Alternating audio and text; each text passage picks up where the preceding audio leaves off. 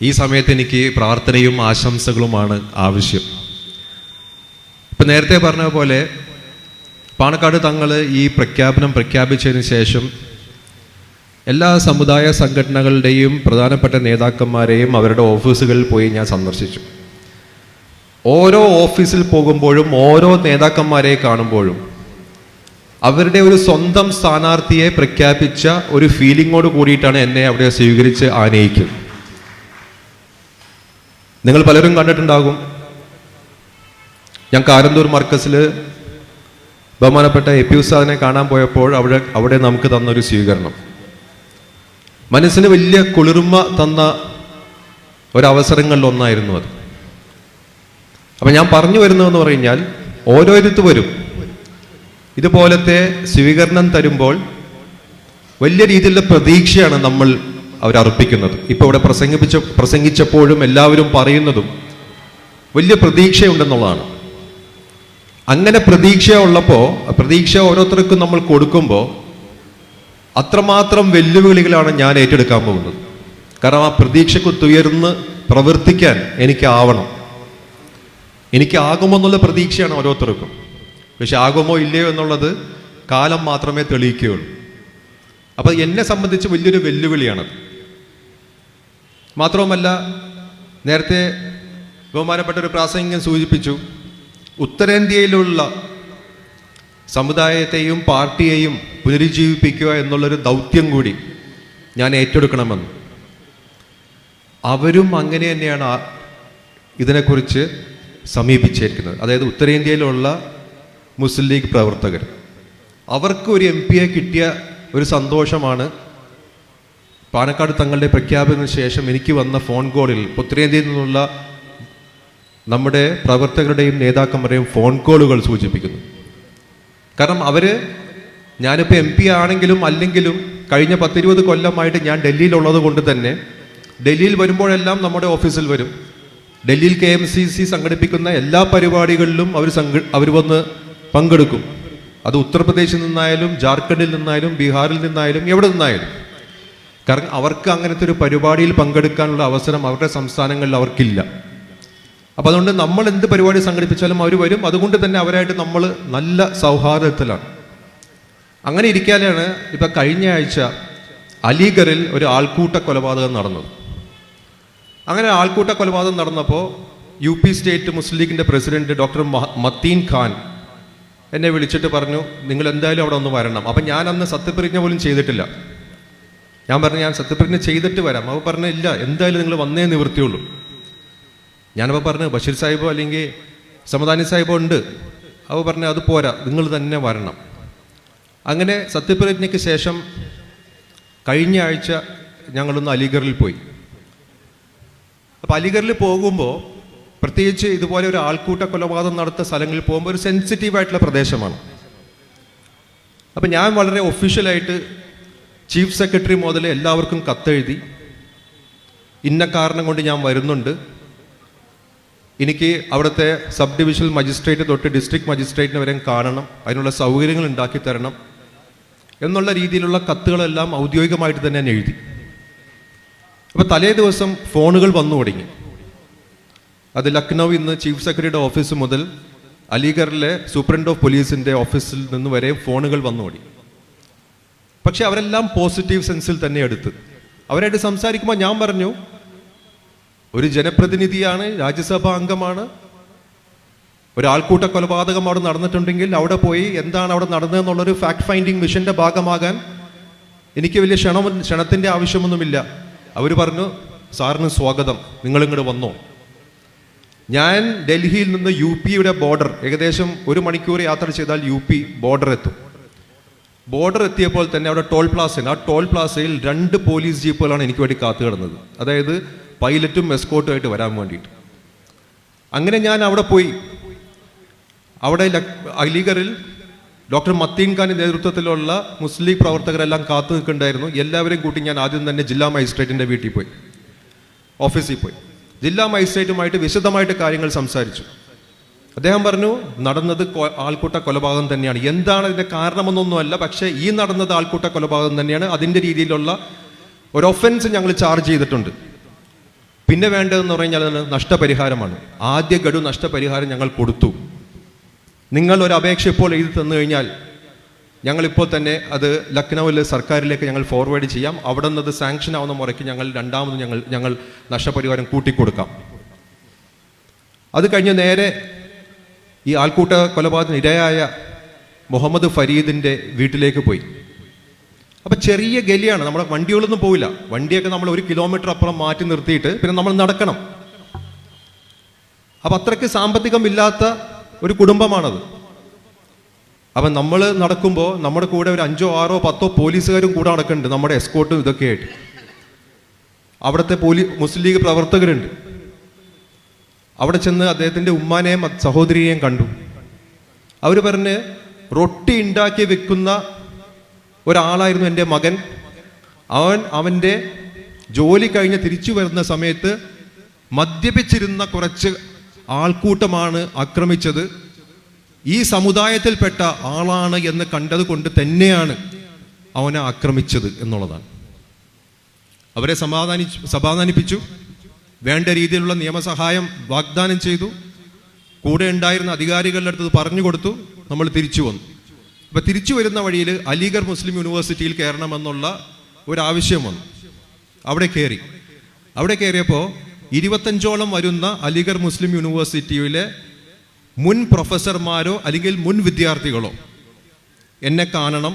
കാരണമെന്ന് പറഞ്ഞു കഴിഞ്ഞാൽ ഇന്ത്യൻ യൂണിയൻ മുസ്ലിം ലീഗ് എന്ന പാർട്ടിയുടെ ആവശ്യകത എന്നത്തെക്കാളും ഏറ്റവും കൂടുതൽ ആവശ്യം ഈ സമയത്താണ് എന്നുള്ളത് തങ്ങൾക്ക് ബോധ്യപ്പെട്ടു എന്നുള്ളതും, നിങ്ങളുണ്ടെങ്കിൽ ഞങ്ങൾ കൂടെ ഉണ്ടാകും എന്നുള്ളൊരു വാഗ്ദാനമാണ് തന്നത്.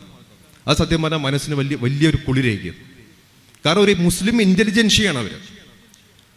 വെറുതെ നടക്കുന്ന ആളുകളല്ല. ശരിക്കും അവിടെ അലിഗഡ് യൂണിവേഴ്സിറ്റിയിൽ ജോലി ചെയ്ത് റിട്ടയർ ചെയ്തതും അതേപോലെ അവിടെ വിദ്യാർത്ഥികളുമായിട്ടുള്ള ഒരു സംഘമാണ്.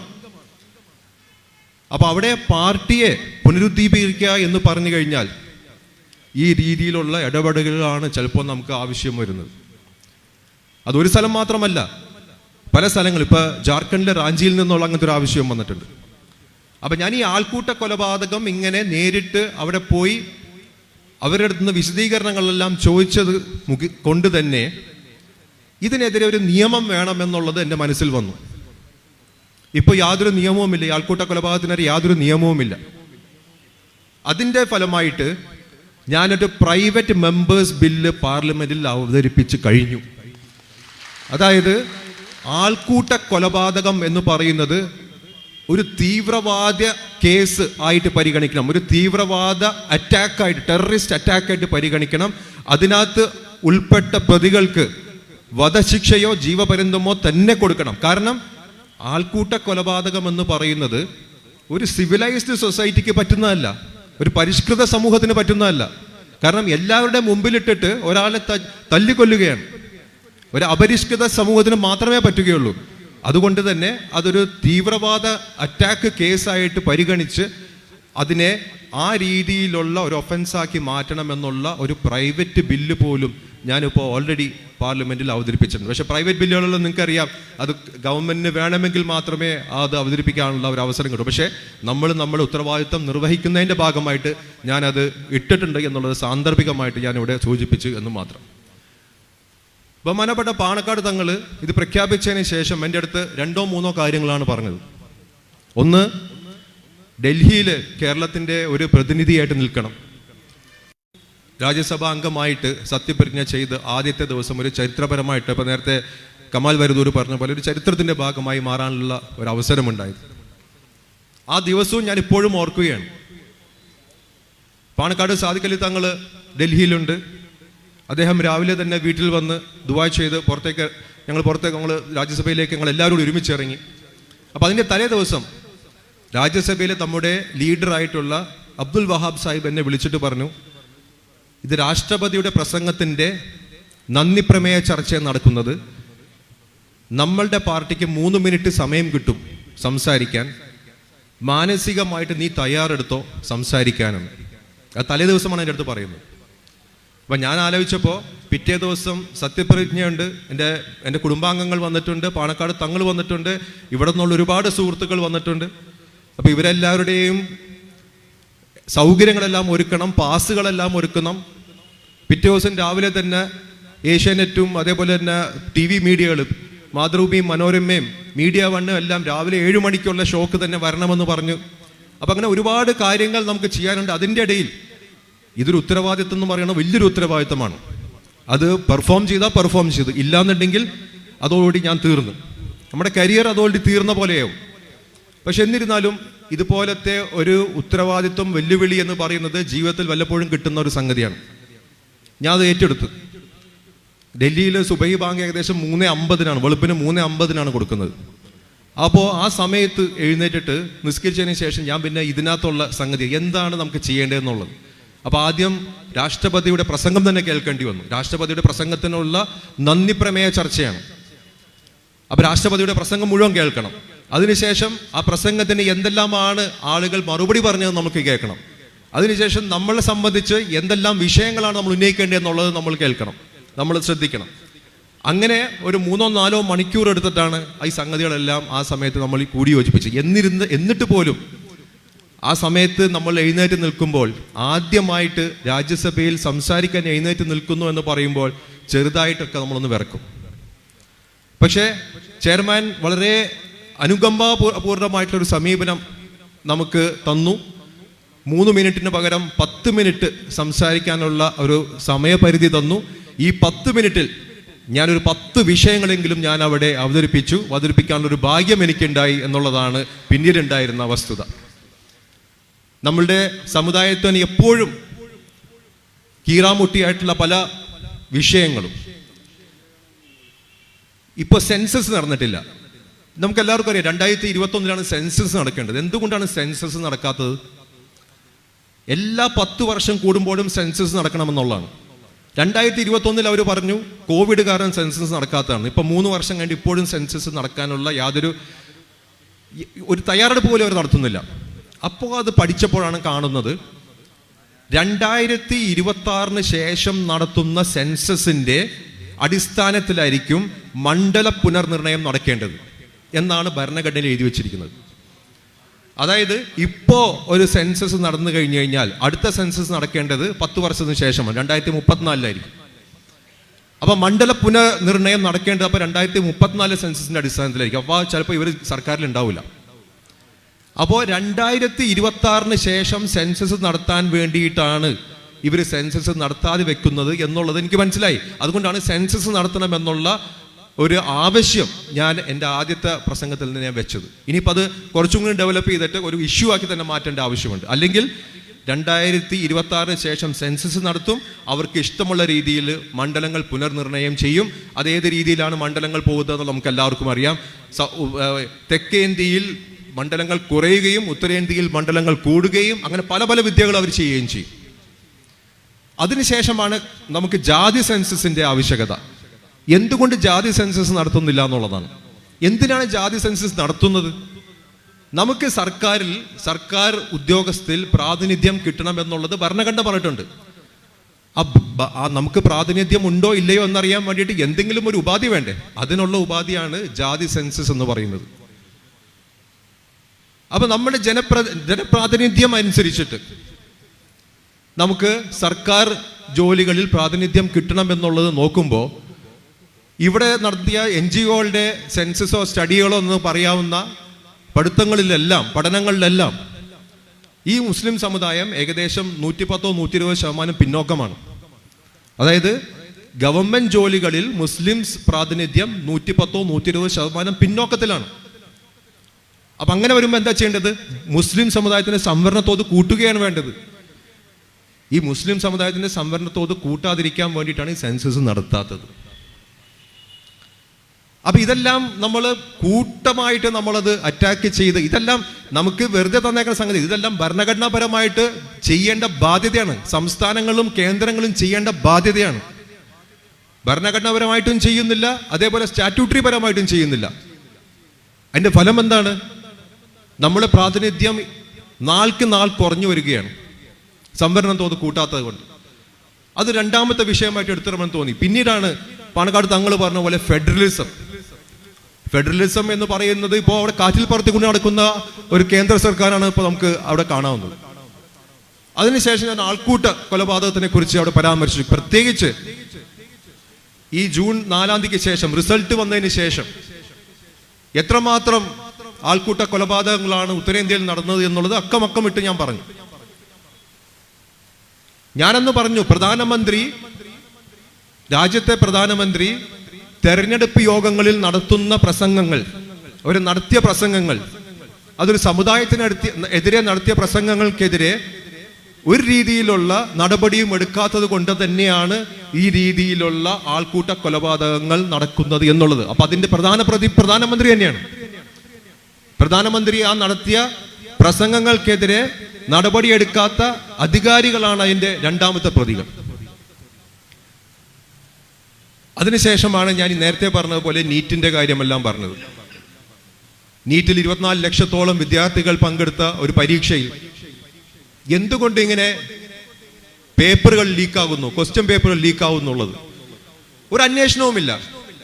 കുട്ടികളുടെ ഭാവിയെക്കുറിച്ച് ഒരു ചിന്തയുമില്ല. അതുപോലെ തന്നെ ഇവരെന്താ പറഞ്ഞുകൊണ്ട് നടക്കുന്നത്?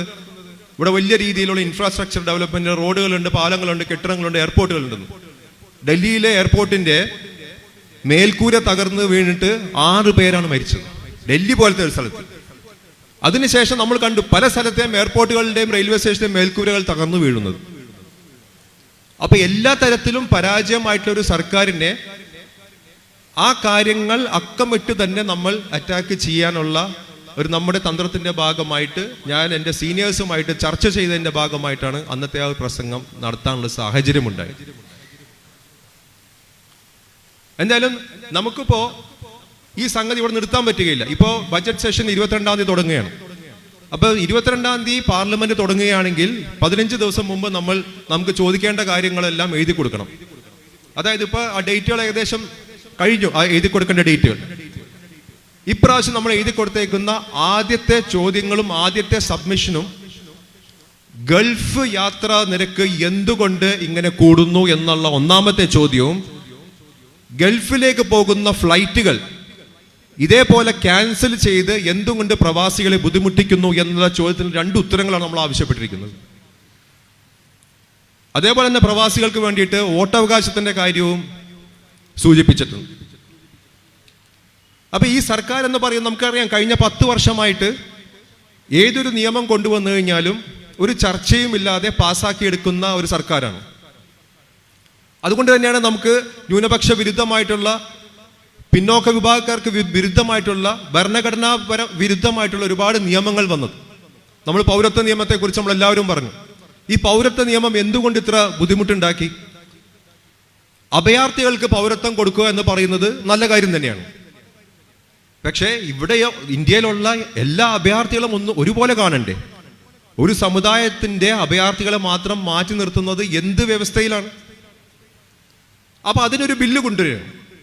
അതായത് ആ നിയമം ഇപ്പോൾ ഭരണഘടനാ വിരുദ്ധമാണ്. കാരണം ഒരു സമുദായത്തെ നിങ്ങൾ മാറ്റി നിർത്തി, ആ സമുദായത്തെയും കൂടി ഉൾപ്പെടുത്തിക്കൊണ്ട് ആ നിയമം ശരിയാക്കി എടുക്കുക, ഭരണഘടനയ്ക്ക് അനുസൃതമാക്കിയ നിയമമാക്കി എടുക്കുക എന്നുള്ള ഒരു സംഗതിയാണ് ഇനി അടുത്ത ചെയ്യാൻ പോകുന്നത്.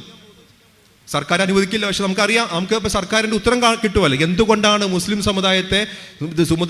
സമുദായത്തിൽപ്പെട്ട അഭയാർത്ഥികളെ മാറ്റി നിർത്തുന്നു എന്നുള്ള വസ്തുത എന്താണെന്നുള്ളത് നമുക്ക് മനസ്സിലാക്കാൻ പറ്റുമല്ലോ. അപ്പൊ ഇങ്ങനത്തെ സർക്കാരുകളെ ചോദിച്ചു കൊണ്ടേയിരിക്കേണ്ടി വരും. അവരെ മുൾമുനയിൽ നിർത്തേണ്ടി തന്നെ വരും. ലോക്സഭയിൽ ഇപ്പോ BJPക്ക് ഭൂരിപക്ഷമില്ലെങ്കിലും അവരുടെ മുന്നണിക്ക് ഭൂരിപക്ഷമുണ്ട്. അങ്ങനെ വരുമ്പോൾ ആ പറയുന്ന ബില്ലുകളെല്ലാം അവർക്ക് പാസ്സാക്കാം, നിയമങ്ങളെല്ലാം പാസ്സാക്കാം. നിയമങ്ങൾ പാസ്സാക്കി രാജ്യസഭയിലേക്ക് വരാം. രാജ്യസഭയിൽ വന്നു കഴിഞ്ഞാൽ അത്ര എളുപ്പത്തിലൊന്നും അവർക്ക് പാസ്സാക്കാൻ പറ്റുകയില്ല. അവിടെ ശക്തമായിട്ട് തന്നെ ഇന്ത്യ മുന്നണിയുടെ സഖ്യകക്ഷികളെല്ലാം ഒത്തുചേർന്നിട്ട് അവിടെ അതിനെ പ്രതിരോധിക്കുക തന്നെ ചെയ്യേണ്ടി വരും. അങ്ങനെ ചെയ്തു കഴിഞ്ഞാൽ മാത്രമേ ഇനി വരുന്ന കാലത്തിൽ ഭരണഘടനയ്ക്ക് അനുസൃതമായിട്ടുള്ള നിയമങ്ങൾ പാസ്സാക്കേണ്ട ഒരു ആവശ്യത ഈ സർക്കാരിന് ഉണ്ടാവുകയുള്ളൂ. അതിനു വേണ്ടിയിട്ടാണ് ഞങ്ങളെല്ലാം നിലകൊള്ളുന്നത്. ഒറ്റ കാര്യം കൂടി പറഞ്ഞിട്ട് ഞാൻ നിർത്തുകയാണ്. ഇപ്പൊ കഴിഞ്ഞ ദിവസം കോടതിയുടെ ഒരു നിയമം വന്നു. ഷാഫി ചാലിയും ഞാനും അല്ലാതെ ചർച്ച ചെയ്താണ്. കോടതിയുടെ ഒരു വിധി വന്നതെന്ന് പറഞ്ഞു കഴിഞ്ഞാൽ മുസ്ലിം സ്ത്രീകൾക്ക് ജീവനാംശം നൽകണം എന്നുള്ളതാണ്. അതായത് ക്രിമിനൽ പ്രൊസീജിയർ കോഡ് അനുസരിച്ച് ജീവനാംശം നൽകണമെന്നുള്ളതാണ്. അപ്പോൾ ഒരുപാട് അഭിനവ മുസ്ലിങ്ങൾ പറഞ്ഞു ഇത് ഞങ്ങളുടെ വിജയമാണ് എന്നുള്ളത്. ഒന്നില്ലെങ്കിൽ അവർ നിയമം ശരിക്കും നോക്കാതെയാണ്, അല്ലെങ്കിൽ ശരിക്കും പഠിക്കാതെയാണ്. 1986 ഒരു മുസ്ലിം വിമൻസ് റൈറ്റ് പ്രൊട്ടക്ഷൻ ആക്ട് എന്ന് പറയുന്നൊരു നിയമം പാസ്സാക്കിയിട്ടുണ്ട്. അതായത് തലാഖ് ചൊല്ലപ്പെടുന്ന ഓരോ മുസ്ലിം വനിതക്കും എന്താണ് ഒരു ഭർത്താവ് അല്ലെങ്കിൽ ഒരു മുൻ ഭർത്താവ് ചെയ്യേണ്ടത് എന്നുള്ളത്, 4 കാര്യങ്ങൾ ചെയ്യണമെന്നുള്ളത് ലിസ്റ്റ് ചെയ്ത് എഴുതിയിട്ടുണ്ട് 1986 നിയമത്തിൽ. അതിനകത്ത് ഒരു വൺ ടൈം ആയിട്ടുള്ള ഒരു സെറ്റിൽമെന്റ് കോമ്പൻസേഷൻ, അതാണ് മെയിനായിട്ട് പറയുന്നത്. പിന്നെ മഹർ മടക്കി കൊടുക്കുക, കൊടുത്തിരിക്കുന്ന ഗിഫ്റ്റുകൾ മടക്കി കൊടുക്കുക, അങ്ങനെ പല കാര്യങ്ങളും. അപ്പോൾ ഒരു വിവാഹമോചനം നേടുന്ന ഒരു സ്ത്രീക്ക് ആ സ്ത്രീയെ സംരക്ഷിക്കാൻ വേണ്ടിയിട്ടുള്ള എല്ലാ കാര്യങ്ങളും ഈ 86 നിയമത്തിൽ അക്കമിട്ട് നിരത്തിയിട്ടുണ്ട്. ക്രിമിനൽ പ്രൊസീജിയർ കോഡിലെ സെക്ഷൻ 125 അത് മാസം ഒരു വിവാഹമോചിതയായ ഭാര്യക്ക് കൊടുക്കേണ്ട ഒരു മെയിൻ്റനൻസ് തുകയാണ്. അത് മാസം അത് ചിലപ്പോൾ കോടതിയിൽ അത് അടക്കണം, അല്ലെങ്കിൽ ഭർത്താവിൻ്റെ വീട്ടിൽ പോയി മേടിക്കണം. അത് മാസം. ഇപ്പൊ കോടതി കഴിഞ്ഞ ദിവസം പറഞ്ഞ എന്താണ്, സുപ്രീം കോടതി കഴിഞ്ഞ ദിവസം പറഞ്ഞ എന്താണ്, 986 നിയമം അനുസരിച്ച് ഒരു ഭർത്താവ് തൻ്റെ കടമ നിറവേറ്റിയില്ലെങ്കിൽ ഒരു ഭാര്യക്ക് ക്രിമിനൽ പ്രൊസീജിയർ കോഡിലെ 125 പ്രകാരം ഒരു ഹർജി കൊടുക്കാം എന്നുള്ളതാണ്. ആയിക്കോട്ടെ, അപ്പൊ കോടതി പറഞ്ഞതിൽ ഒരു തെറ്റുമില്ല. 986 നിയമം തന്നെയാണ് ഇപ്പോഴും നിലനിൽക്കുന്നത്. ആ നിയമത്തിന്റെ അടിസ്ഥാനത്തിൽ തന്നെയാണ് ഒരു വിവാഹമോചിതയായ സ്ത്രീ അവർക്ക് കിട്ടേണ്ട തുകകൾ കിട്ടേണ്ടതും അത് എങ്ങനെയാണ് കിട്ടേണ്ടത്, എത്രയാണ് കിട്ടേണ്ടത് അക്കമിട്ട് ആ നിയമം പറയുന്നുമുണ്ട്. അപ്പൊ അതിനെയാണ് ഇങ്ങനെ വലിയ രീതിയിൽ വ്യാഖ്യാനിച്ച് ഒരു ശരീഅത്ത് വിരുദ്ധമായിട്ടുള്ള രീതിയിലുള്ള ഒരു വിധിയായിട്ട് നമ്മുടെ മേത്തെല്ലാം അടിച്ചേൽപ്പിക്കുന്ന രീതിയിൽ കാണിക്കുന്നത്. അപ്പം ഞാൻ പറഞ്ഞു വരുന്നത്, ഒരു മൃഗീയ ഭൂരിപക്ഷമുള്ള സർക്കാർ ഉണ്ടാകുമ്പോൾ ജുഡീഷ്യറി അല്ലെങ്കിൽ കോടതികളെല്ലാം സ്വതവേ കുറച്ച് ശക്തി ബലക്ഷയം സംഭവിക്കും. അത് നമ്മൾ 2014 തൊട്ട് നമ്മൾ കാണുന്നതാണ്, ഒരു 10 വർഷം നമ്മൾ കാണുന്നതാണ്. പക്ഷേ 2024 ഈ തെരഞ്ഞെടുപ്പ് ഫലം എന്ന് പറയുന്നത് വലിയ രീതിയിൽ ഒരു മാറ്റമുണ്ടാക്കുന്ന ഒരു തെരഞ്ഞെടുപ്പ് ഫലം തന്നെയാണ്. അത് കോടതികളിലും അത് തീർച്ചയായിട്ടും പ്രതിഫലിക്കും. അപ്പോൾ കോടതിയുടെ സപ്പോർട്ട് കൂടി ഇതിനകത്ത് ഉണ്ടാകും എന്നുള്ളത് തീർച്ചയാണ്. അപ്പം അതുകൊണ്ട് തന്നെ ഇനി വരുന്ന മാസങ്ങളിലും വർഷങ്ങളിലും ഈ പറയുന്ന തരത്തിലുള്ള നിയമവിരുദ്ധമായിട്ടുള്ള ന്യൂനപക്ഷ വിരുദ്ധമായിട്ടുള്ള നിയമങ്ങൾ വന്നാൽ അത് പൂർണ്ണ തോതിൽ ചെറുത്ത് നിൽക്കാനുള്ള എല്ലാ തരത്തിലുള്ള ശക്തിയും എൻ്റെ സീനിയേഴ്സായിട്ടുള്ള മെമ്പർമാരോടൊത്ത് വിനിയോഗിക്കും എന്നുള്ള ഒരു ഉറപ്പ് ഞാൻ നിങ്ങൾക്ക് നൽകുകയാണ്. ഈ ഒരു ആശംസാ യോഗം ഇവിടെ അനുമോദനം പറയില്ല, ആശംസാ യോഗം സംഘടിപ്പിച്ച ബഹുമാനപ്പെട്ട മുസ്ലിം ലീഗ് കോഴിക്കോട് ജില്ലാ കമ്മിറ്റിയോടുള്ള എൻ്റെ കൃതജ്ഞയും കടപ്പാടും ഞാനിവിടെ പ്രകടിപ്പിക്കുന്നു. നിങ്ങൾക്കെല്ലാവർക്കും നന്ദി. ജയ് ഹിന്ദ്.